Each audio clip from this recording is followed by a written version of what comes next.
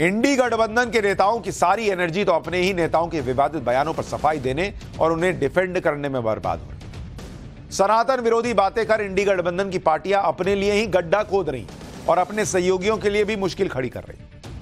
दूसरी तरफ बीजेपी अपनी रणनीति पर बहुत संभल कर चल रही। बीजेपी को पता है कि उसे अगर 400 प्लस का टारगेट पूरा करना है तो यूपी में 80 में से 80 सीटें तो जीतनी होंगी।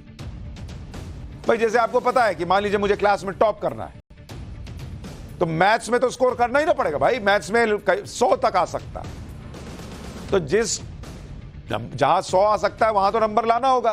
तो यूपी में 80 सीट है, वहां 80 में 80 नहीं आएगा तो 400 कहां लाइएगा, कहां 370 लाइएगा। इसलिए बीजेपी का पूरा फोकस यूपी पर भी है। लोकसभा चुनाव से पहले आज योगी कैबिनेट का विस्तार हो गया। हालांकि यह कैबिनेट विस्तार छोटा था, 4 विधायकों को शपथ दिलाई गई, लेकिन इसके बड़े मायने हैं। पहले यह जान लीजिए कि आज योगी कैबिनेट में कौन कौन से चेहरे शामिल हुए, फिर आपको बताऊंगा कि कैसे ये चेहरे यूपी में 80 सीटों के टारगेट को और मजबूत करेंगे। दरअसल यूपी में आज ओम प्रकाश राजभर ने कैबिनेट मंत्री पद की शपथ ली। उनके अलावा बीजेपी एमएलसी दारा सिंह चौहान ने शपथ ली।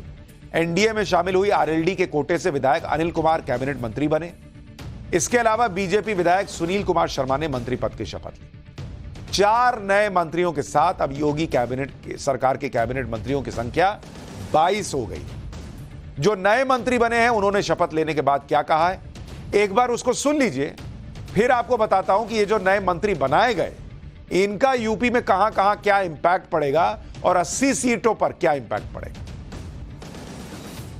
जो लक्ष्य है गरीबों की सेवा, उस लक्ष्य में हम अनवरत काम करते रहते हैं और उस लक्ष्य की पूर्ति के लिए हम सरकार के सभी लोग मिल करके सरकार पूरी तरह जो भी योजनाएं सरकार की हैं उन गरीब कमजोर के यहाँ तक पहुँचाने का काम करेंगे, उनको न्याय दिलाने का काम करेंगे।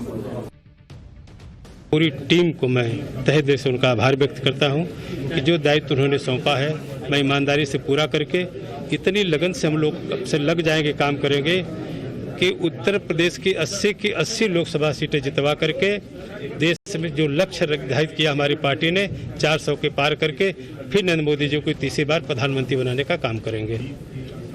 ये मेरे लिए, मेरे वर्ग के लिए बहुत महत्वपूर्ण है और एक आदरणीय से कार्यकर्ता को आदरणीय जयंत चौधरी जी ने मौका दिया है। देखिए ये तो सब जानते हैं कि मोदी योगी की जोड़ी कोई भी फैसला यूं ही नहीं कर लेती। जिन 4 चेहरों को आज कैबिनेट में जगह दी गई उसके पीछे का कुछ गणित भी तो होगा। वो गणित आपको समझाता हूं। पहले बात करते हैं ओपी राजभर की। ओपी राजभर जो सुहेलदेव भारतीय समाज पार्टी के अध्यक्ष हैं, एनडीए का हिस्सा है, इसलिए उन्हें योगी कैबिनेट में जगह दी गई। ओपी राजभर बिरादरी से आते हैं और यूपी में कुल आबादी में राजभर बिरादरी की आबादी 4% है। 2022 के विधानसभा चुनाव में उनकी पार्टी समाजवादी पार्टी के साथ मिलकर चुनाव लड़ी थी और यूपी की 6 विधानसभा सीटों पर जीत हासिल की थी। साल 2022 के विधानसभा चुनाव में ओपी राजभर की पार्टी को करीब 1.36% वोट मिला। हो सकता है आपको 1% 1.5% वोट कम लग रहा हो, लेकिन जब टारगेट 80 में से 80 का है तो बॉस 1% का वोट मायने रखता है। पूर्वांचल के 18 जिलों में ओपी राजभर अपनी पकड़ होने का दावा करते हैं। यूपी का वाराणसी समेत 16 लोकसभा सीटें और 100 विधानसभा सीटों पर राजभर वोट इंपॉर्टेंट भूमिका निभाता है। तो राजभर को क्यों जगह मिली वो समझ में आ रहा है। इसी तरह बीजेपी ने आरएलडी कोटे से अनिल कुमार को मंत्री बनाया। आरएलडी के एनडीए में आने के बाद अनिल कुमार की योगी सरकार में एंट्री हो रही है। अनिल कुमार आरएलडी का दलित चेहरा है। यूपी की मुजफ्फरनगर की रिजर्व सीट पुरकाजी से विधायक हैं, जयंत चौधरी के करीबी माने जाते हैं। बीजेपी ने अनिल कुमार को मंत्री बनाकर पश्चिमी यूपी में दलित कार्ड चल दिया है। यूपी में दलित आबादी करीब 20% है। इसका इंपैक्ट यूपी की 42 लोकसभा सीटों पर पड़ सकता है। इसके अलावा बीजेपी ने अपने 2 नेता दारा सिंह चौहान और सुशील कुमार शर्मा को मंत्री बनाया। दारा सिंह चौहान दूसरी बार योगी कैबिनेट का हिस्सा बन रहे हैं। यूपी में 2022 के चुनाव से पहले उन्होंने पाला बदल लिया था और समाजवादी पार्टी में शामिल हो गए। तब वो योगी सरकार में मंत्री होते थे। दारा सिंह चौहान को पूर्वांचल का बड़ा नेता माना जाता है। 2022 में वो घोसी सीट से चुनाव जीते और फिर बीजेपी में वापसी कर ली, लेकिन घोसी उपचुनाव में वो हार गए। दारा सिंह चौहान नोनिया जाति से आते हैं, जो यूपी में पिछड़े तबके में आती है और राज्य में 3% आबादी नोनिया जाति की। यूपी की 6 लोकसभा और 15 विधानसभा सीटों पर नोनिया जाति के वोटर अहम भूमिका में देखे जाते हैं। बीजेपी ने यूपी की साहिबाबाद विधानसभा सीट से विधायक सुनील शर्मा को भी मंत्री बनाया। सुनील शर्मा यूपी में बड़े ब्राह्मण नेताओं में गिने जाते हैं, सीएम योगी के करीबी नेता माने जाते हैं। 2017 और 2022 में सुनील शर्मा बड़े अंतर से जीतकर रिकॉर्ड बना चुके हैं। योगी कैबिनेट में उन्हें जगह देकर ब्राह्मण वोट बैंक को एक बड़ा संदेश देने की कोशिश की गई।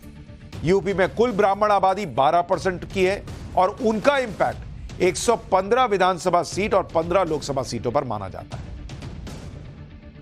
तो यह इंपैक्ट की बात है कि बीजेपी कैसे अगर 80 में से 80 का टारगेट यूपी में रख रही है तो उसके लिए हर समीकरण को साधने में लगी। लेकिन विपक्ष के कई नेताओं पर आरोप लगता है कि वो मुस्लिम वोट बैंक से आगे की चीज ही नहीं सोच पाते। और इसलिए अब बात हमारे नए शो देश का मूड मीटर की और उसके लकी वोटर की, जो शाम 5:55 पर आज हमने देश के मूड मीटर में मुद्दा उठाया कि क्या 2024 के चुनाव में मुसलमान मोदी को बम्पर वोट करेगा। हमने दर्शकों से इस पर सवाल पूछा। 53.8% लोगों ने वोट किया कि हां, लगता है इस बार नरेंद्र मोदी को वोट पड़ेगा क्योंकि मुसलमानों का विकास हुआ है।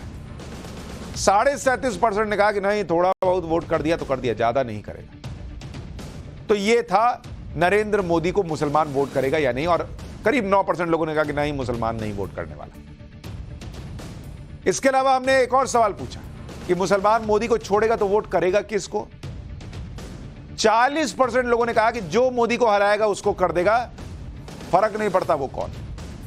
22% लोगों ने कहा कि कांग्रेस को करेगा, 29% ने कहा कि इंडी गठबंधन में किसी को कर देगा, और 8.5% के करीब लोगों ने कहा कि असदुद्दीन ओवैसी की पार्टी को वोट करेगा। तो ये तो हाल है इस देश में। पहले आपको, अब इसके साथ ही आपको यह भी बता देता हूं कि लकी विनर आज कौन रहे। एक तो लवकेश उत्तर प्रदेश से और श्वेता अग्रवाल, और इसके अलावा 2 और लकी विनर जिनका नाम हम अनाउंस करते हैं न्यूज की पाठशाला में, उनके बारे में बता दूं। माधुरी चौहान महाराष्ट्र से और भगत सिंह राठौड़ मध्य प्रदेश से। तो आप चारों को बहुत बहुत बधाई, और आप भी इसी तरह से जागरूक वोटर बने रहिए। देश का मूड मीटर में वोट करते रहिए शाम 5:55 पाठशाला